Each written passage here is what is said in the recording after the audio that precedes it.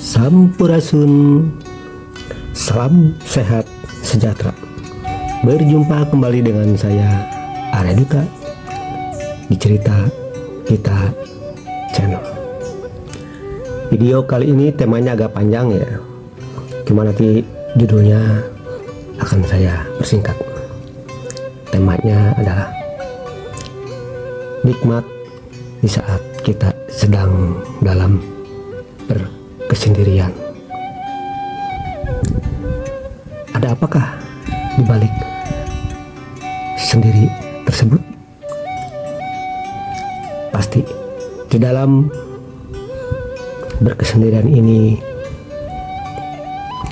kita akan banyak sekali menerima sesuatu yang tak terduga-duga, yang belum pernah kita bayangkan, yang belum pernah kita pikirkan, karena sesuatu ini hadir dengan tiba-tiba. Tidak ada perencanaan, tidak ada bayangan, apalagi dipikirin. Semuanya spontanitas. Karena ini seringkali saya rasakan di saat saya sedang dalam berkesendirian sambil menikmati seruput-seruputnya wedang kopi, sambil menikmati kelepas-kelepusnya udud, tahu-tahu ada sesuatu yang sangat istimewa sekali. Silakan yang pernah mengalami rasa ini, silakan komen, kita sharing-sharing di kolom komentar. Jika nanti masih kurang sharing-sharingnya, bisa sharing di live streaming, karena Cerita Kita Channel live streaming setiap tengah malam alias midnight show, biasanya jam 12 malam. Di Cerita Kita Channel, cerita kisah nyata ini saya akan membagikan kisah nyata yang saya alami, juga sahabat-sahabat saya yang terdekat pernah mengalaminya juga. Jadi akan saya berbagi kisah. Waktu itu ada kasus, ada suatu permasalahan di luar nalar yang sulit untuk dijangkau oleh pikiran saya dan sahabat saya itu. Semua hampir menemui kebuntuan lah. Tidak ada solusi, belum ketemu solusinya, belum ketemu cara mengatasinya seperti apa, harus bagaimana. Disitulah sahabat saya, rekan saya, teman saya mulai ada kepanikan dan kekhawatiran. Sampai tengah malam kami masih ngobrol sambil seruput udang kopi, sambil kelepas-kelepus uduk, entah udah berapa batang. Begitu saya nyeletuk ke teman saya, ya udah, sekarang kita diam sejenak, nikmati betapa nikmatnya wedang kopi ini, betapa nikmatnya udut ini. Pikiran kita harus fokus di sini dulu, jangan fokus kemana-mana dulu, jangan mikirin kasus, jangan mikirin permasalahan, tapi pikirkan yang sekarang ada di hadapan kita. Kita harus bisa menikmatinya. Merenung, merenung, merenung, diam sejuta kata,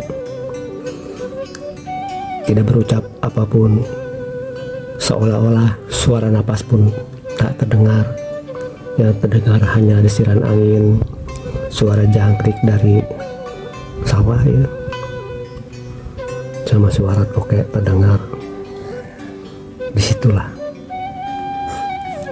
pikiran kami mulai diam, pikiran kami mulai memasuki ruangan wedang kopi. Pikiran kami masuk ke dalam kepulan asap udut.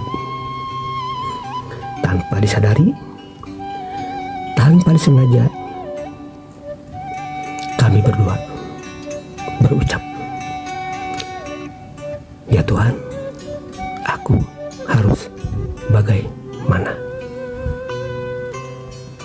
Disitulah kami berdua kaget. Kok bisa kompak? Kok bisa bareng? Kok bisa sama kalimatnya? Simple dan sederhana, sama persis. Yang terucap, yang keluar dari mulut kami berdua hanya, "Ya Tuhan, aku harus bagaimana?" Hanya itu yang terucap. Di dalam keterkejutan itulah saya berpikir ulang. Beliau pun, teman saya, berpikir ulang, kok bisa sama ya? Nah, itulah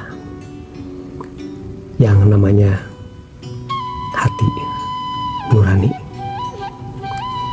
Kita berdua di sini sedang menyatukan pikiran. Akhirnya hati nurani kita berdua bisa bersatu. Tidak beda pendapat, tetapi satu kalimat, yaitu, "Ya Tuhan, aku harus bagaimana?" Teman saya pakai nama inisial aja ya, dipanggil oleh teman-temannya disebutnya dengan Jaro. Saya bilangnya Jaro aja lah. Yaudah Jaro, tenang aja, gak usah dipikirin. Yang penting kita sudah memasrahkan diri semua permasalahan ini kepada Tuhan. Tunggu besok hasilnya seperti apa. Jangan lupa hasilnya kabarin saya. Oke, siap A.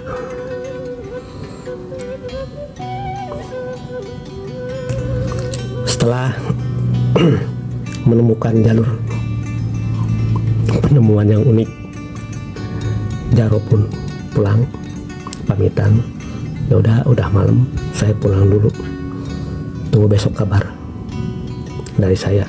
Oke, saya tunggu kabar baiknya. Kopi pun habis, diseruput-seruput. Jaro pun pulang dan saya pun beristirahat, masuk rumah. Apa yang terjadi keesokan harinya? Begitu jam 10 pagi, Jaro chatting ke WA saya. Jaro cuman kasih kabar, katanya sekarang sedang ada di Tangerang, sedang ada di leasing, sedang melunasi kendaraannya, yaitu berbentuk mobil. Berikut balik nama juga, supaya nanti BPKB-nya atas nama beliau, karena waktu itu beli second, masih pakai nama pemilik pertama. Saya langsung tersenyum. Ya udah, beresin dulu di sana. Dan jangan lupa mampir ke dapur umum Cerita Kita Channel. Oke, siap. Begitu jam 8 malam lewat ya, Jaro main ke rumah, ngasih kabar semua beres semua katanya. Justru tidak ada dendaan, malah dapat potongan cicilan 1 bulan gratis, sampai beliau bingung apakah ini leasing gak salah ngitung. Tapi kata beliau, katanya udah saya tanya ke pihak leasing, katanya yang 1 bulannya sudah ada yang bayarin, nggak tahu siapa. Disitulah uniknya, mobil yang sudah 3 bulan nunggak cicilan, tidak ada telepon dari pihak leasing, tidak ada pihak leasing yang datang ke rumah. Aneh, seolah-olah mobil itu hilang, gak ada yang nyari, pihak leasing gak ada yang nyari, karena ketakutan dari Jaro, takut mobil itu ditarik karena sedikit lagi pelunasan, sayang sekali. Sedangkan saat itu keuangan lagi bener-bener ngedrop alias lobet. Saat itulah permohonan seperti itu kepada Tuhan saya pakai, dan Jaro pun pakai sampai sekarang. Permohonan kepada Tuhan simple, hanya ya Tuhan, aku harus bagaimana? Kenapa sih kok ini bisa keluar? Karena saat itulah titik ketidakberdayaan seorang anak manusia di hadapan Tuhannya. Karena sudah tidak berdaya, sudah tidak bisa ngapa-ngapain lagi, maka saya dan Jaro berujar secara kompak, ya Tuhan, aku harus bagaimana? Itulah hebatnya kepasrahan diri kita kepada Tuhannya. La haula wala quwata illa billahil aliyil azim. Tidak memohon apa-apa, tidak meminta apa-apa, hanya memohon kepada Tuhan, ya Tuhan, aku harus bagaimana? Di saat itulah jawaban dari Tuhan langsung dikabulkan.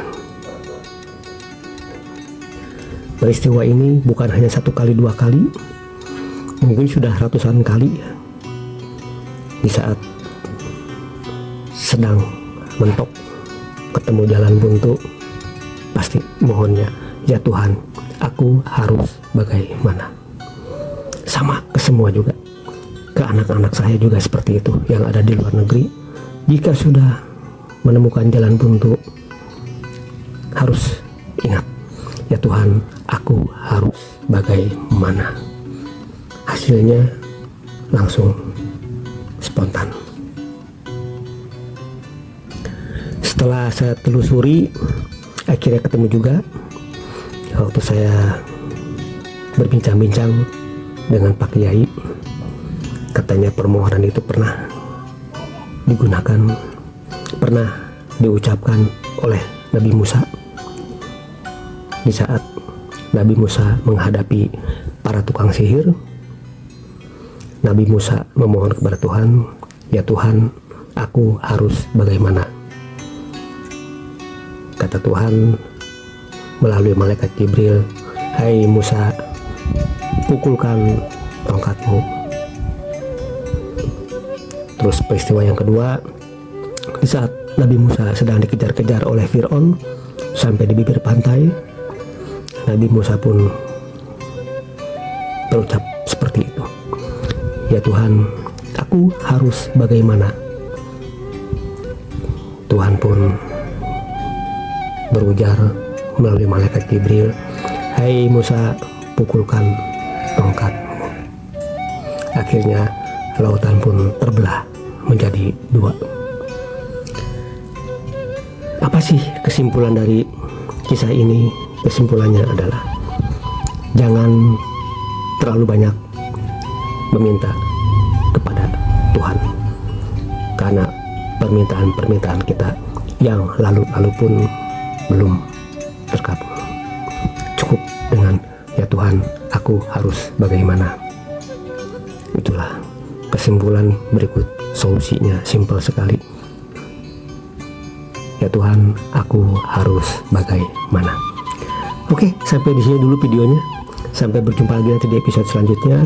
Saya hanya bisa berucap semoga kita semua senantiasa dikaruniai kekuatan, kesanggupan, dan kemampuan oleh Tuhan yang Maha Segala-galanya untuk menjalani hidup dan kehidupan di alam jagat raya Pramudita ini sesuai dengan kodratnya masing-masing. Saya ucapkan juga semoga kita semua senantiasa dikaruniai nikmat sehat oleh Tuhan yang Maha Segala-galanya. Sampai di sini dulu videonya. Saya ucapkan rahayu, rahayu, rahayu, sampurasun.